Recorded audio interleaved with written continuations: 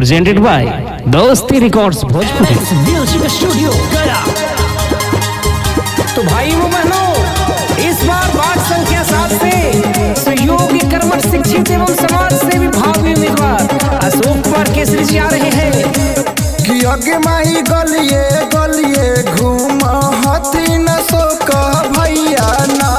कि अगे माही गलिए गलिए घूम हथी न सोक भैया ना कि अब की इन के ही बड़ सदस्य बनाई हकी वोट देवे जय हो दीदी ना कि अब की इन के ही बड़ सदस्य बनाई हकी वोट देवे जय हो चाची ना कि अगे माई गलिए गलिए घूम हथी न सोका भैया ना कि अगे माई वोट मांगे चलल अशोका भैया ना कि अगे माई वोट मांगे चलल अशोका भैया ना। तो आप सबसे अनुरोध है कि अशोक कुमार केसरी जी को वार्ड संख्या 7 से भारी मतों से विजयी बनाएं और अपने वार्ड को जगन्नाथपुर पंचायत का आदर्श वार्ड बनाएं। प्रेजेंटेड बाय दोस्ती रिकॉर्ड्स भोजपुरी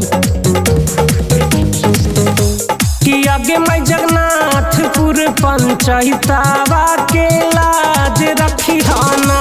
कि आगे मैं वार्ड संख्या 7 के लाज रखी हाना कि अब की भूली हाना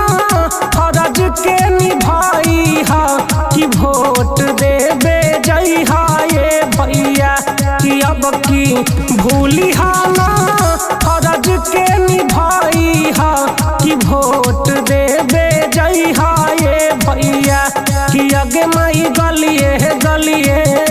घूमथिन अशोका भैया ना कि आगे मई वोट मांगे चललन अशोका भैया ना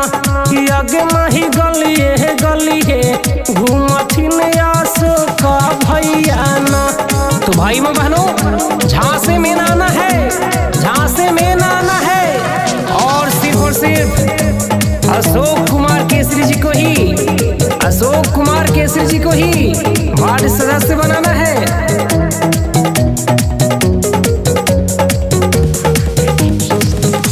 कि आगे माई गाली गाली रोड घर घर नल जल देथिन ना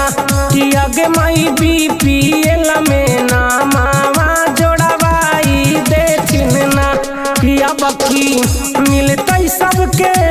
वृद्धा पे नसाना कि वोट देवे जय हाय भैया कि अबरी मिलते सबके माने और समान हो